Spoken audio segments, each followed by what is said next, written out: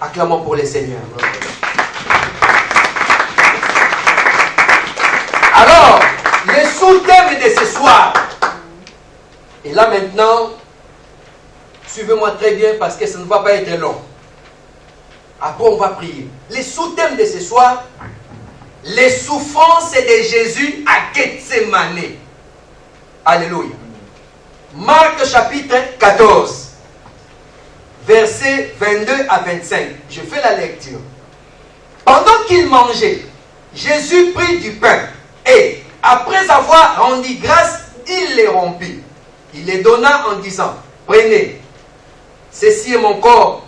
Il prit ensuite une coupe et après avoir rendu grâce, il la leur donna.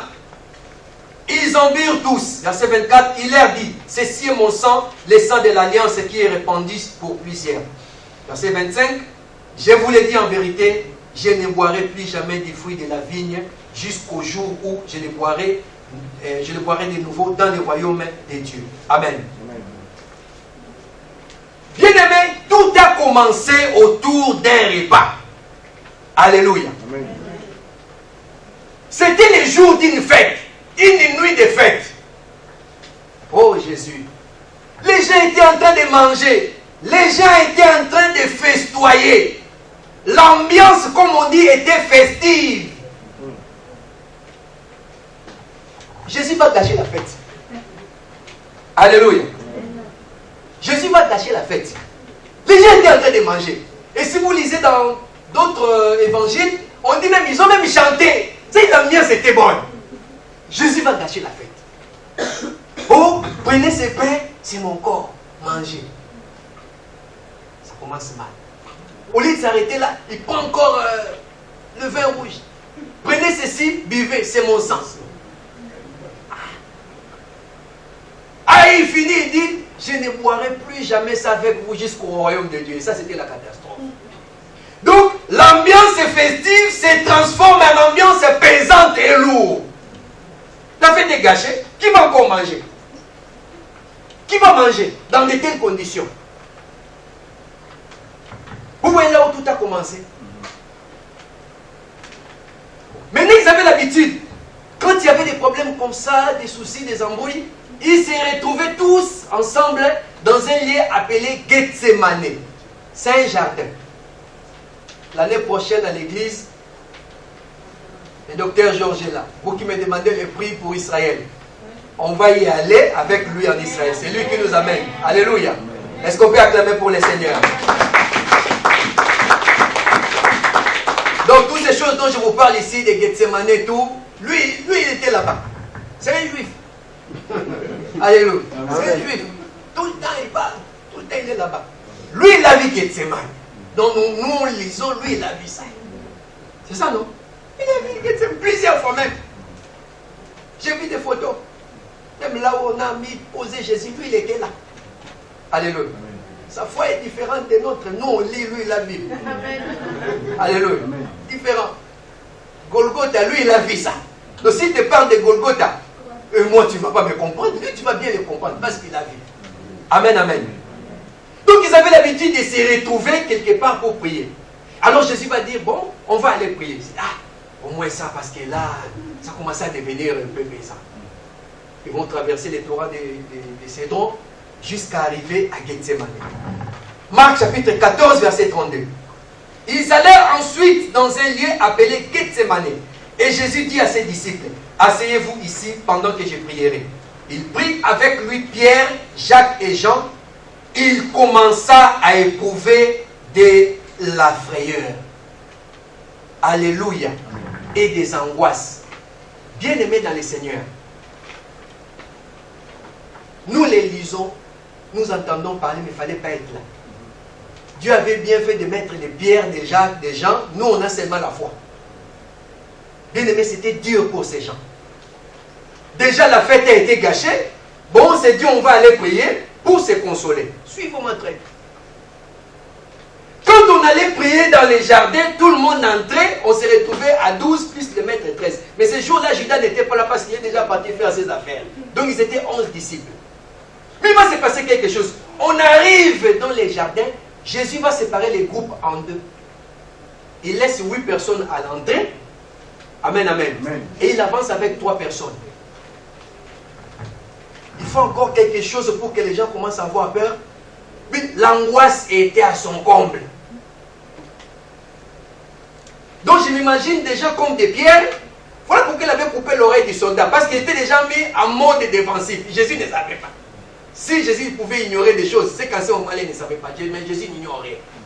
Mais Pierre, il s'est déjà mis en mode défensif. Il s'est dit, il y a 8 qui sont restés à la porte. Il a dit qu'on avance avec lui, il prend 3 personnes. C'est que sûrement dans les heures qui suivent, il y aura bagarre ici. Donc moi, je me prépare en tant que Pierre, je vais me défendre. Moi, je vais me laisser faire. Amen, amen. Il va séparer les groupes en deux. 8 à l'entrée, comme pour monter la garde.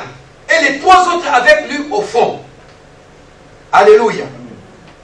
Dans le livre de Marc, chapitre 14, 32 à 33, la Bible dit, il prit avec lui Pierre, Jacques et Jean.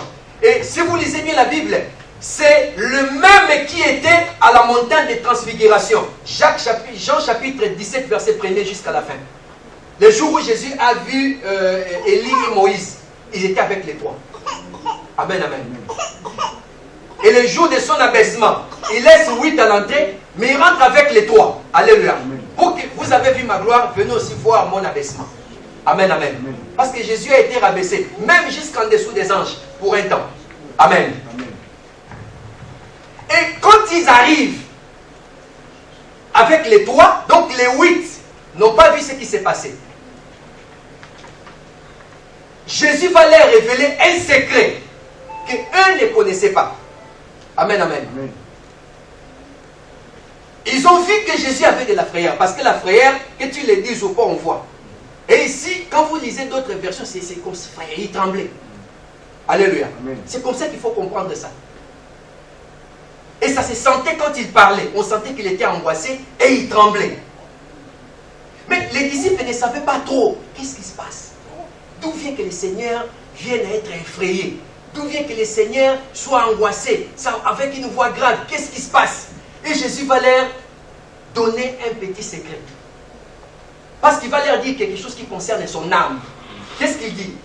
Il leur dit alors, mon âme est triste jusqu'à la mort. Restez ici, veillez avec moi. Amen. C'était quelque chose qui était dans son cœur. Et ce qui est dans les cœurs, c'est toujours pour les intimes. Ce n'était pas pour les 8. Et ce que nous sommes en train de dire là, les 8 jusqu'à aujourd'hui ne le savent pas. Parce que même la Bible a été écrite après eux. Amen, amen. Mais toi, tu l'écoutes ce soir. Parce que toi aussi, tu es l'intime de Jésus. Alléluia. Est-ce que tu peux acclamer pour toi-même? Ça dit, cette histoire de mon âme est triste et juste à la mort, c'était réservé pour les intimes. Ce n'était pas pour tout le monde. Vous savez, Jésus avait l'habitude, dès qu'il débarque quelque part, il regarde ceux qui n'ont pas la foi dehors. Il reste avec les hommes de foi. Au besoin, tout le monde dehors, il fait la prière. Donc dès qu'il marchait là, il savait que j'ai des intimes, les autres ne sont pas des intimes. Ce sont des gens qui me suivent. Et si nous sommes entrés aujourd'hui, nous sommes parvenus à la connaissance de cette vérité, c'est parce que moi et toi, nous sommes des intimes de Jésus. Amen, amen. La Bible dit, car on ne donne pas des choses et des enfants aux chiens. Alléluia. Ça, c'était réservé pour nous. Je vais ouvrir une petite parenthèse pour ce qui concerne les intimes. Toi, tes secrets, tout le monde connaît tes secrets. Alléluia. Tout le monde connaît tes secrets. Tu prends le téléphone, tu appelles l'Afrique, on sait où tu étais le matin. Les gens qui sont en Afrique n'ont jamais vu Château-Rouge, mais tu les as expliqués, ils savent où se trouve Château-Rouge. Ils savent même comment faire. Ligne 8, ligne 4, ainsi de suite. Amen, amen.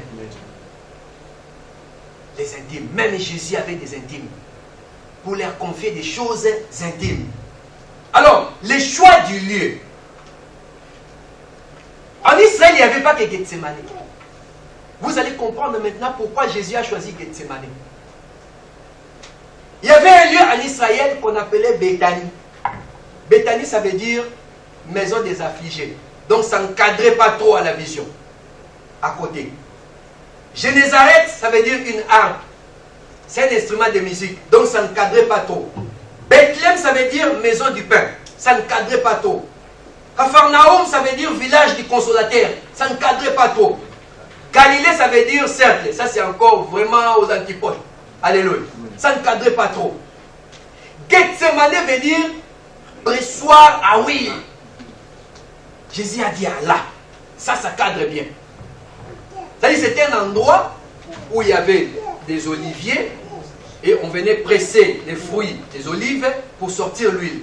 Et pour presser, il faut vraiment des bonnes machines. Donc, Jésus voulait un endroit qui représentait l'écrasement. Alléluia.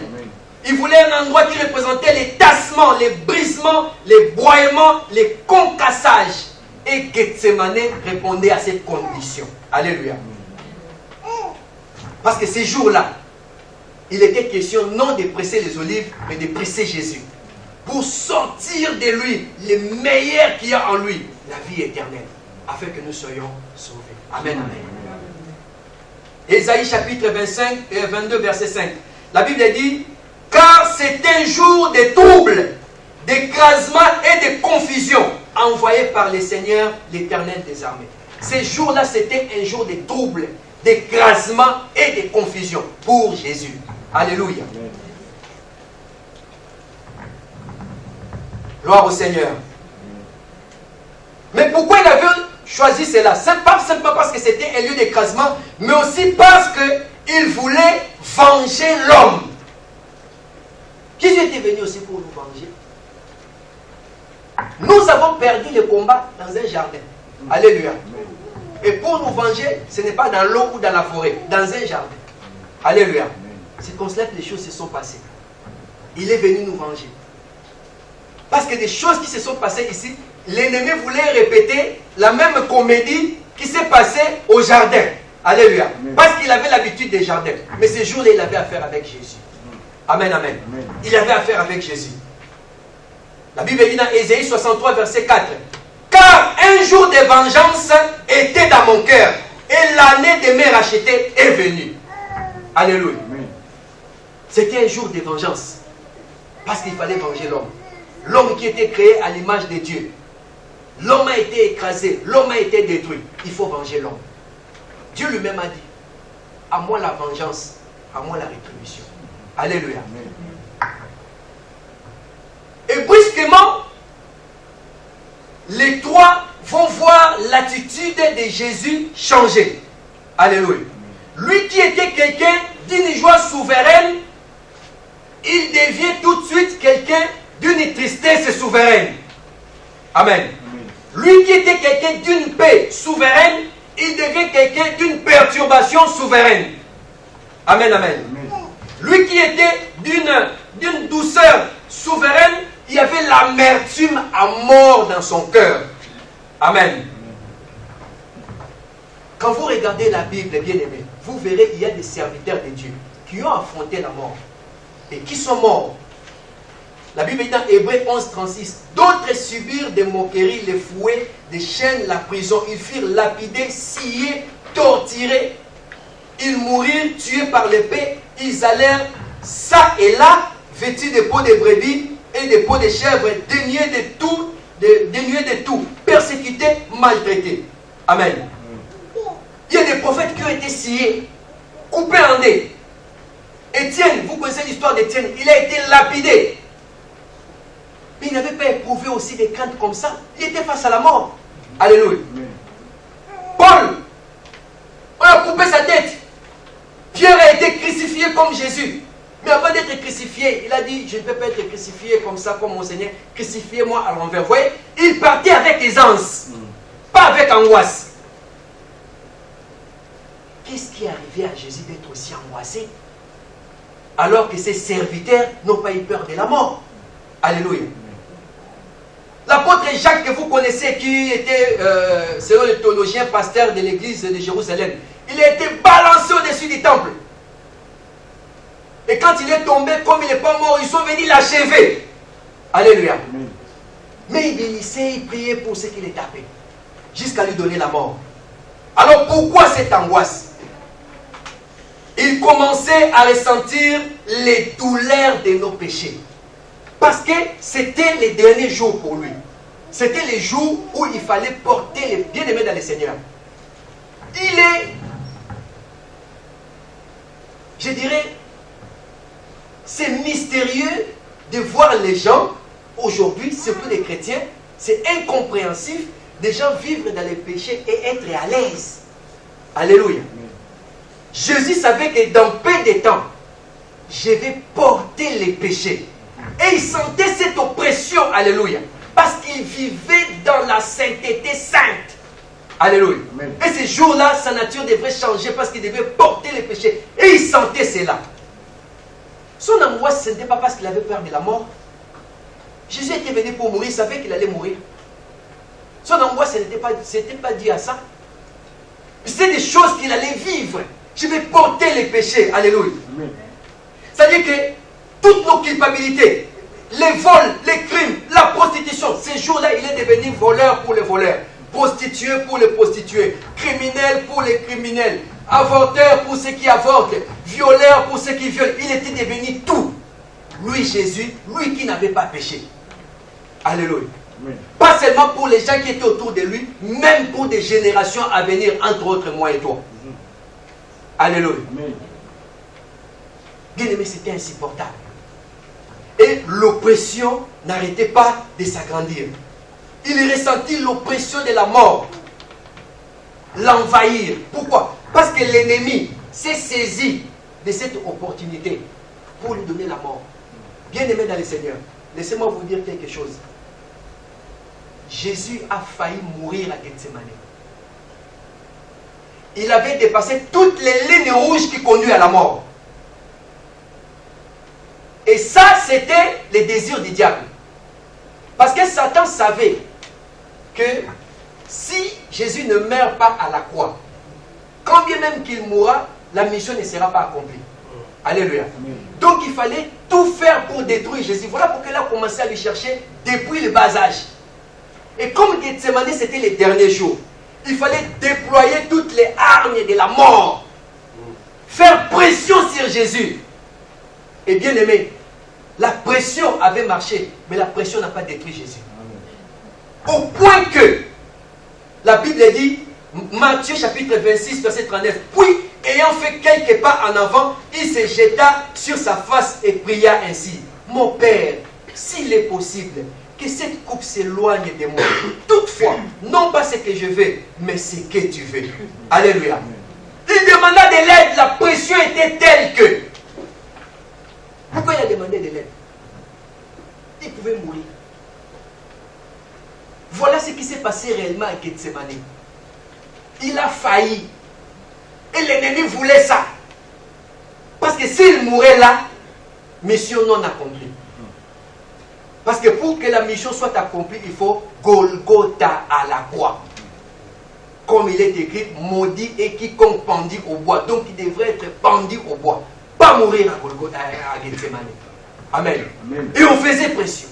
On faisait pression. On faisait pression. Alléluia. Amen. Mais à cause de moi et toi, lui aussi, il luttait. Il luttait. Il luttait. Il luttait. Acclame le Seigneur bien-aimé. Il a lutté, bien-aimé dans le Seigneur. Bon Dieu, mon roi. Il a lutté. Et en fin de compte, il demanda de l'aide. Il dit, Père, s'il est possible, éloigne cette coupe. Toutefois, que ta volonté soit faite et non la mienne. Amen. Amen. La Bible dit dans Hébreu, écoutez maintenant la réponse. Hébreu chapitre 5, verset 7. C'est lui qui, dans les jours de sa chair, ayant présenté avec des grands cris et avec larmes, des prières et des supplications à celui qui pouvait les sauver de la mort, ayant été exaucé à cause de sa piété. Amen. Amen. La mort dont on parle ici, ce n'était pas la mort de Golgotha. Parce qu'il est mort quand même.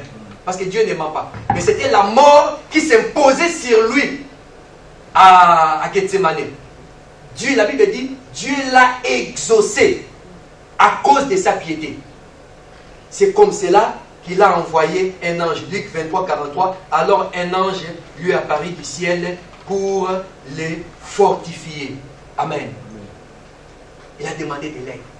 L'ange est venu les fortifier.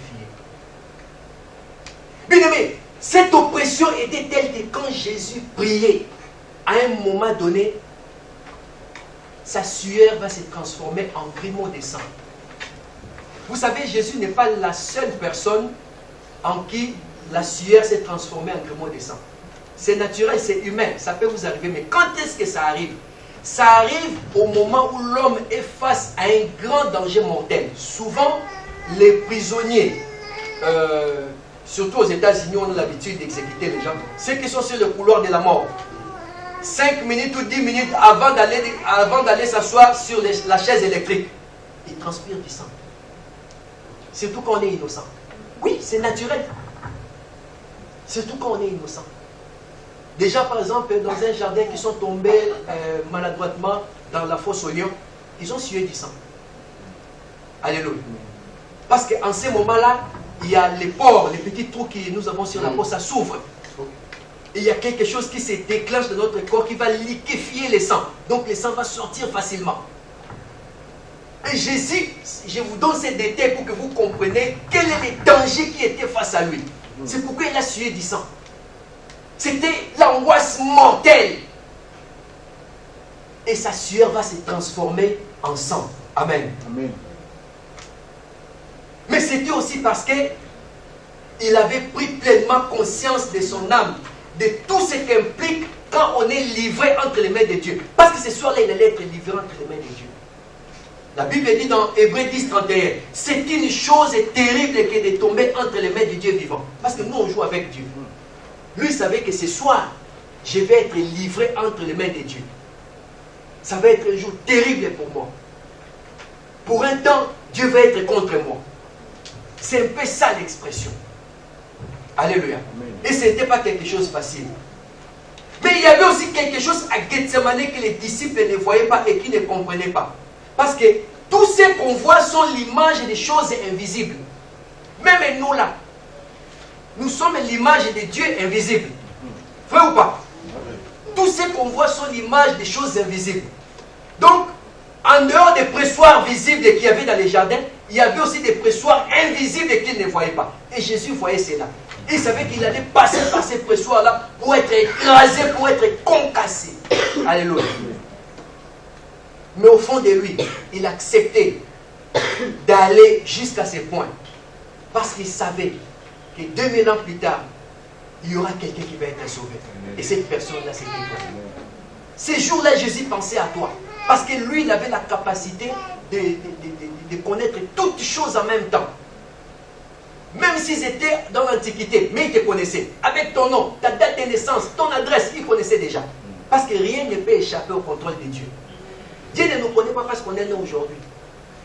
Dans cette génération. Dieu nous connaissait depuis. Amen, amen. Amen. D'où la raison de l'angoisse. Il était en face de la réalité de la mort. La mort au sérieux. Aujourd'hui, les gens jouent avec la mort. Amen, amen. Amen. Nous sommes les seuls êtres sur la terre qui jouent avec. Même les chiens ont peur de la mort. Nous, on ne craint rien. Regardez seulement comment les gens vivent. Ils n'ont pas peur de la mort. Bien aimé. Sortir de chez toi à 23h un vendredi pour aller en boîte de nuit, c'est que tu joues avec la mort. Tu joues avec la mort. Aller chez l'arabe du coin, sortir 3 ou 4 euros pour prendre des canettes de bière, c'est que tu joues avec la mort. Oui, tu joues avec la mort. Rester sur son balcon en train de regarder les voisines qui passent et tout, faire des calculs inutiles, tu joues avec la mort. Amen, amen. Amen. Les gens jouent avec la mort. Mais ces jours-là, Jésus savait que dans peu de temps, je vais mourir. Donc il avait pris conscience. La mort. Parce qu'on ne joue pas avec la mort, bien aimé. Vous savez, dimanche, nous allons parler des lieux inférieurs de la terre. Ce qui s'est passé quand le Seigneur est mort. Quand le Seigneur est parti dans les lieux inférieurs de la terre. Nous en parlerons. Et je vais faire une grande parenthèse concernant la mort. Quand nous mourrons, qu'est-ce qui se passe tout de suite après? Où nous allons? Qui vient nous chercher? Alléluia. Parce que beaucoup de gens prennent la mort comme un film. Et ici, quelqu'un est mort, bon, il est mort, c'est fini. Non, ils sont quelque part. Alléluia.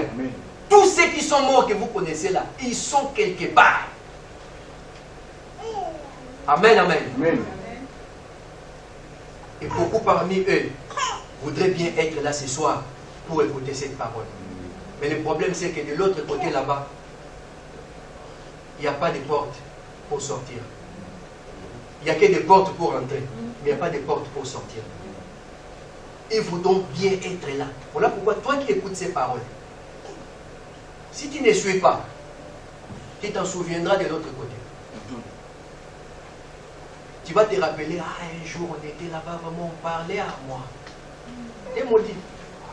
T'es maudit. Alléluia. C'est pourquoi des rois comme des David, malgré tout ce qu'il avait, 500 quelques femmes, un guerrier, avec l'argent, il était roi. Il dit, Seigneur, apprends-moi à bien compter mes jours. Amen, amen. Amen. Aujourd'hui, quand vous regardez certaines personnes, quand ils vivent, c'est comme s'ils ont encore 400 ans devant eux. Alléluia. Ce culte peut être pour toi les derniers cultes de la vie. Et en sortant d'ici, le Seigneur t'appelle. Amen, amen. Donc si tu dis que tu vas mettre les sérieux à un grand culte où il y a 10 000 personnes, peut-être tu es en train de te tromper. Tu ne sais pas. Peut-être que ça c'est ton dernier culte. Un jour j'ai prêché, c'était un deuil au cimetière des Panthères, il y avait beaucoup de monde. Je disais aux gens, peut-être c'est le dernier deuil que tu viens enterrer. Le prochain c'est toi. Mais tu ne peux pas savoir. Parce que tu es fort, tu es en bonne santé, tu ne peux pas comprendre. Mais peut-être le prochain c'est toi qu'on viendra enterrer ici. Parce que ça n'arrive pas pour autres. À Kinshasa, au cimetière de la Combe, c'est marqué sur la plaque. Ils étaient comme nous. Alléluia. Amen, amen. Amen. Est-ce qu'on peut acclamer pour les seigneurs? On parlera de toutes ces choses. Parce que le but, c'est ce que tu puisses bien appréhender la vie chrétienne. Pour que tu ne joues plus. Amen. Quand on dira à l'église, il faut jeûner, toi tu ne vas pas prendre cela à la légère. Tu ne vas pas manger en catimini parce que personne ne te voit. Tu vas maintenant prendre la vie chrétienne au sérieux. Tu vas dormir de 23h à minuit, tu te lèves, tu pries de 1h à 2h. Parce que tu commences à prendre les choses de Dieu au sérieux. Tous tes petits caprices, là, je suis fatigué, je vais travailler demain, tu vas abandonner ça. Mais il faut bien comprendre ces choses. Voilà pourquoi j'essaye de toucher un peu le message du dimanche, juste pour interpeller la conscience. C'est ça le but et c'est ça la vision que j'ai reçue de Dieu. Je n'ai pas reçu la vision de prêcher les gens pour gagner de l'argent. Tu veux de l'argent, fais un CV, va chercher de l'argent. Alléluia. Bill Gates, il est milliardaire, on ne l'a pas prêché, il a travaillé. Amen. Il a travaillé. La Bible dit le précieux trésor de l'homme, c'est l'activité, le travail. Les chrétiens ne veulent pas travailler. Ici, si tu viens pour que tu deviennes riche, tu vas regretter. Demandez à ceux qui prient ici, ils vous diront. Tu viens ici pour devenir riche. Et s'il n'y a pas donné, il vous sera donné. Pourquoi? Alléluia. Parce qu'on a mal interprété ces versets-là. Mal interprété. Amen, amen. Amen. Il était face à la réalité de la mort. Il prenait la mort au sérieux. Allez seulement visiter les prisons. Allez visiter dans des hôpitaux ceux-là qui sont dans les instances de la mort, ceux qui attendent la mort. C'est dans les médecins, on dit que la vie ne vous reste que 2 ou 3 jours. Allez parler avec ces gens. Moi, j'ai parlé avec des gens, je sais que cette personne ne tiendra pas une semaine.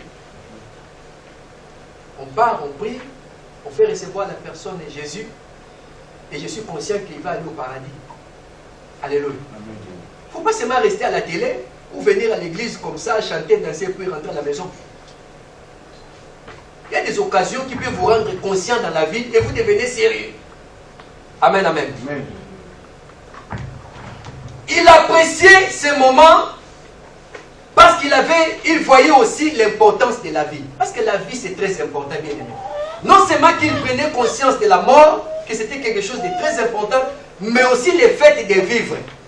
Bien aimé dans le Seigneur, quand vous vivez, il faut bien vivre. Alléluia.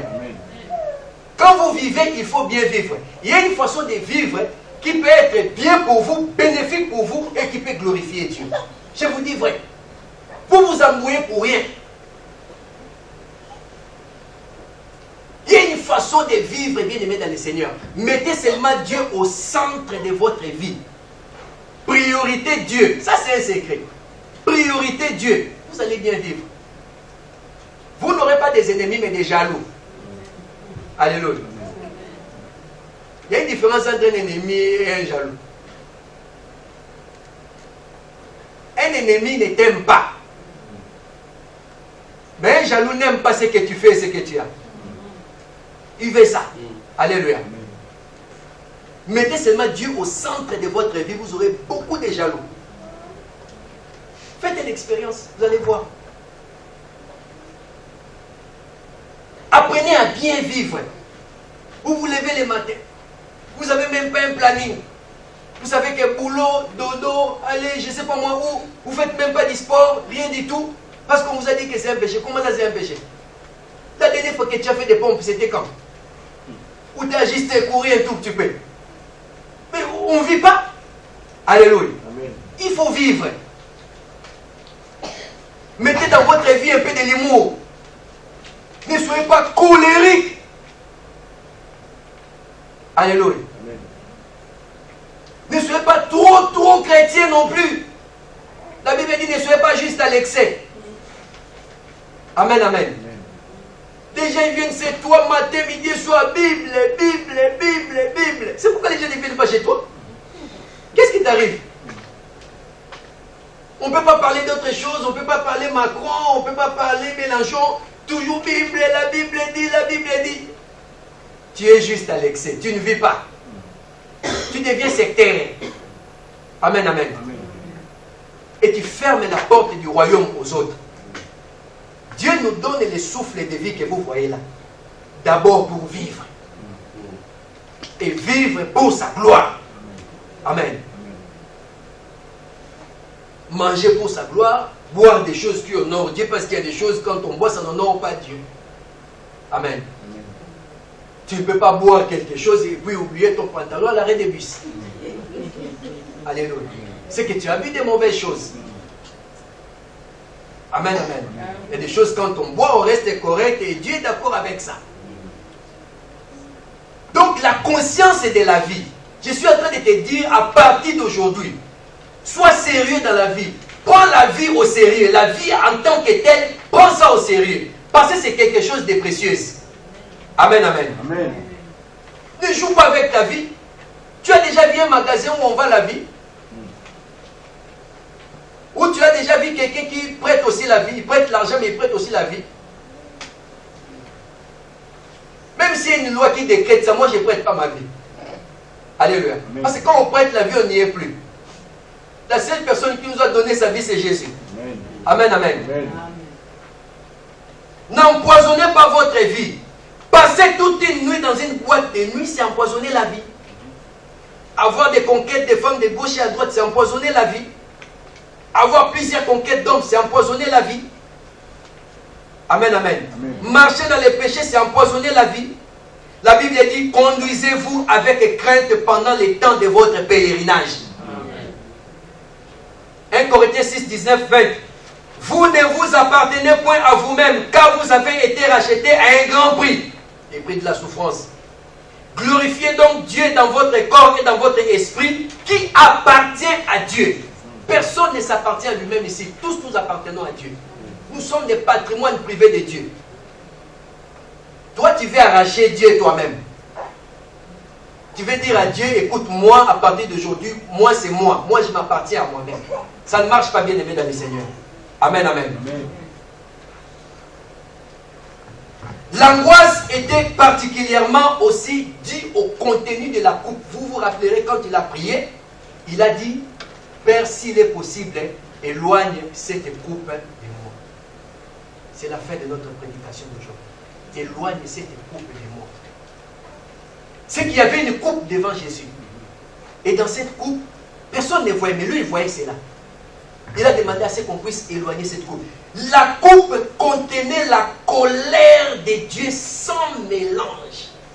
Amen, amen. Amen. non diluée par la pitié ou par la compassion. La colère de Dieu pure. Et il veut boire ça. Alléluia. La coupe contenait tous les ingrédients parfaits de la justice de Dieu. C'est-à-dire qu'il n'y aura pas de favoritisme quand Dieu va passer au jugement. Même si c'est toi Jésus, il n'y aura pas de favoritisme. Tous les ingrédients de la justice de Dieu étaient dans la coupe. Amen. Amen. La justice doit s'abattre sur lui, à notre place, à cause de l'honneur, à cause de l'horreur de nos péchés. À cause de tout ce que nous avons fait. Cette justice de Dieu devait s'abattre sur Jésus. Amen. Amen. Et cette coupe a commencé à se remplir depuis le premier péché d'Adam et Ève. Même tes péchés ont participé à remplir cette coupe-là. Amen. Amen. Mais aussi, la coupe était pleine de laves brûlantes, les volcans de la colère de Dieu. Dieu qui est 3 fois saint est prêt à exploser contre les péchés de son peuple. Et tout doit s'abattre sur Jésus. Tes péchés, ces jours-là, s'abattaient sur Jésus. Amen, amen. Amen. Voilà pourquoi j'ai toujours dit, il nous a aimés comme on n'avait jamais aimé. C'était quelque chose qu'il était en train de vivre, mais pour toi. Amen, amen. Amen. La Bible dit dans Psaume chapitre 75, verset 9, il y a dans la main de l'Éternel une coupe où fermente un vin de mélange. Il en verse. Tous les méchants de la terre sucent, boivent jusqu'à la lie. Alléluia. Entre les mains de Dieu, il y a une coupe. Et dans cette coupe, il y a plein de mélanges. La justice, vos péchés, tout était dedans. Et Dieu déverse cela. Et que tous les méchants les boivent. Et ce jour-là, les méchants qui devaient boire, c'était Jésus. C'est lui qui devait boire ça pour nous. Et j'ai une bonne nouvelle pour vous. Amen. J'ai une bonne nouvelle pour vous. Ces jours-là, malgré tout ce que je viens de vous dire ici, Jésus a bu la coupe jusqu'à la lie. Alléluia. Et cette coupe n'existe plus aujourd'hui. Amen. Amen. Quelle joie, quel bonheur. Parce que moi et toi, nous ne boirons plus aucune coupe. Jésus a tout bu pour moi et toi. Amen, amen. La seule chose qu'on te demande, c'est seulement de croire. Si tu as cru, la seule chose qu'on te demande, c'est de persévérer. Ce n'est pas une affaire d'église. Ce n'est pas une affaire d'un pasteur. C'est une affaire de toi et de ton Dieu. De ton salut personnel. D'être sérieux à partir d'aujourd'hui. Alléluia. Est-ce que nous pouvons nous lever dans la présence de Dieu, s'il vous plaît? Acclamons très fort pour le Seigneur Jésus. Il a tout pu, bien aimé dans le Seigneur. Les armes de la colère de Dieu, il a bu. Il a accepté de boire tous les ingrédients de la justice de Dieu.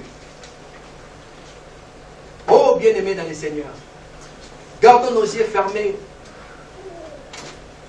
Peut-être le message a été long, mais je crois que tu as été touché à un moment donné pendant cette prédication.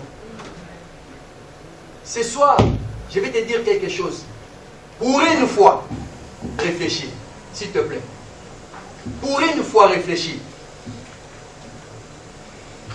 Pour une fois, réfléchis, mon frère, ma soeur. Ce n'est pas une question que tu deviennes membre de cette église. C'est une occasion qu'on partage la parole de Dieu et que tu sors ici conscient ou consciente de la vie chrétienne. C'est le plus important. Je préfère quelqu'un qui est sorti d'ici et qui a compris le message que quelqu'un qui n'a rien compris et qui veut devenir membre de cette église. Il va nous créer des problèmes et des ennuis. Je vous dis vrai. Si tu n'as rien compris, cherche-moi, je vais encore t'expliquer. Ne cherche pas d'abord à rester ici. Nous ne cherchons pas des gens pour remplir les chaises, mais pour remplir les royaumes. Tu peux être ici, mais dans la liste là-bas, tu n'y es pas. Alléluia. Amen. Pendant que nous gardons nos yeux, réfléchis un tout petit peu, Jusqu'à quand les péchés dans ta vie? Mais toi, qu'est-ce qui ne va pas dans ta tête? Jusqu'à quand l'impudicité, l'adultère, les vols, les mensonges, tu mens comme tu respires. Oh, et tu as un problème. Et tu vas aussi à l'église, tu pries, tu fais des choses. Les gens, ils croient même en toi, mon ami. On t'appelle frère, on t'appelle sœur, on t'appelle pasteur. Les gens, ils croient en toi, ils te font confiance. Mais Dieu n'est pas avec toi. Cantique des cantiques a dit, mon bien-aimé est à moi. Est-ce que suis-je à lui? Un tout petit peu de conscience ce soir. C'est ça le but de ce message. Réfléchis un tout petit peu. Des temps comme ça, nous n'allons pas rester ici pour dormir. Chacun va rentrer chez lui, on a beaucoup de choses à faire. Demain, c'est le week-end. Nous serons encore là. Demain, pour parler de ce qui s'est passé à la croix, bien-aimé dans le Seigneur. Toujours sur la souffrance. 3 jours de messages sur la souffrance. Pour que tu comprennes réellement. Afin que tu ne badines plus avec la vie chrétienne. Lève tes mains vers le ciel. Fais cette prière après moi. Seigneur, je viens d'écouter ta parole.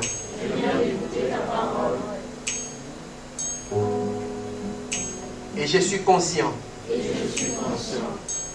Quand tu as parlé, quelque chose est brûlé au-dedans de moi. Je faisais semblant de l'ignorer. Mais la chose ne m'a pas quitté.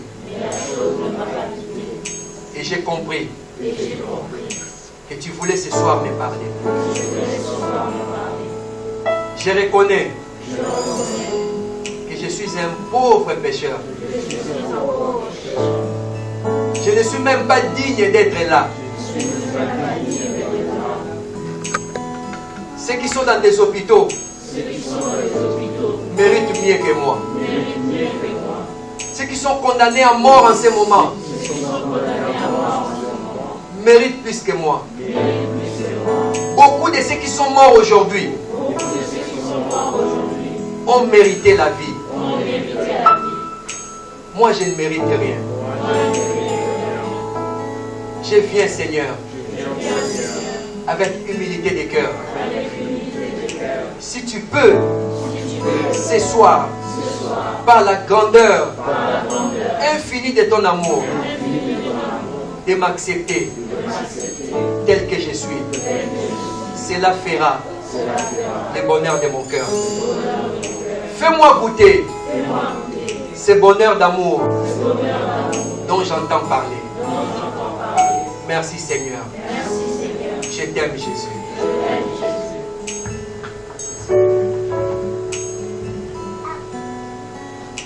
Merci Seigneur Jésus. Commence à faire une prière particulière pour toi-même. Tu peux même le faire à voix basse. Nicodème est venu voir Jésus pendant la nuit. Prie mon frère, prie ma soeur. Une prière pour toi-même. Une prière particulière pour toi-même. Si tu veux que les gens n'entendent pas, alors prie encore, prie bas. Mais au moins prie. Ne laisse pas ces temps. Au moins prie. Oh, je vois des larmes couler. Et je bénis le Seigneur. Je bénis le Seigneur. Seigneur, je sais que je ne suis pour rien. Je sais que les gens sont aussi touchés. Et c'est toi-même qui es venu toucher les hommes et les femmes. Merci mon Dieu. Oh Seigneur, sois loué. Prie, prie, prie. Une petite prière. C'est quelque chose qui se passe entre toi et ton Dieu. C'est une occasion aujourd'hui pour Dieu de t'écouter. Dieu t'écoute aujourd'hui. Dieu se permet ce soir de t'écouter. Merci Seigneur. Oh Jésus, sois loué. Seigneur. Alléluia. Oh Jésus. Touche nos cœurs, Seigneur, ce soir. Seigneur, nous avons besoin de toi. Besoin de toi, nous voulons, Seigneur, être remplis de ta présence. Nous voulons être touchés par toi, oh notre Dieu. Alléluia, alléluia. Oh notre Dieu, Seigneur. Merci, Seigneur. Merci, Seigneur. Merci, Jésus. Merci, Jésus. Alléluia. Sois glorifié par toi, sois exalté, sois magnifié, sans rien retenir. Merci Jésus, sans rien retenir, sans rien retenir. Oh, gloire au Seigneur, sans rien retenir. Je me livre totalement.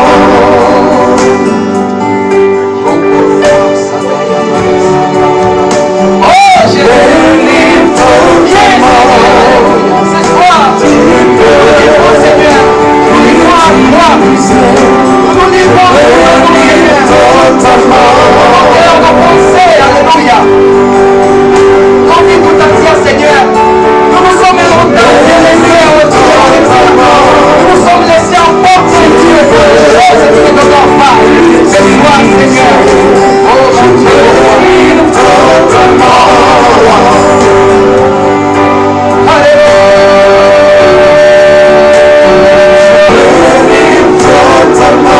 Oh merci Seigneur. Ma vie. Seigneur, ma vie, je prends la décision dès aujourd'hui de se confier à toi, de se donner à toi, dès aujourd'hui et à jamais. Merci Seigneur. Merci Seigneur. Merci Seigneur. Si tu es malade, lève ta main vers le ciel. Et si tu as des doutes, tu sais ou tu ne sais pas si tu es malade ou pas, lève tes mains. Si tu as aussi un parent malade, un enfant, un membre de famille, lève ta main. La Bible dit, crois au Seigneur Jésus, tu seras sauvé, toi et ta famille.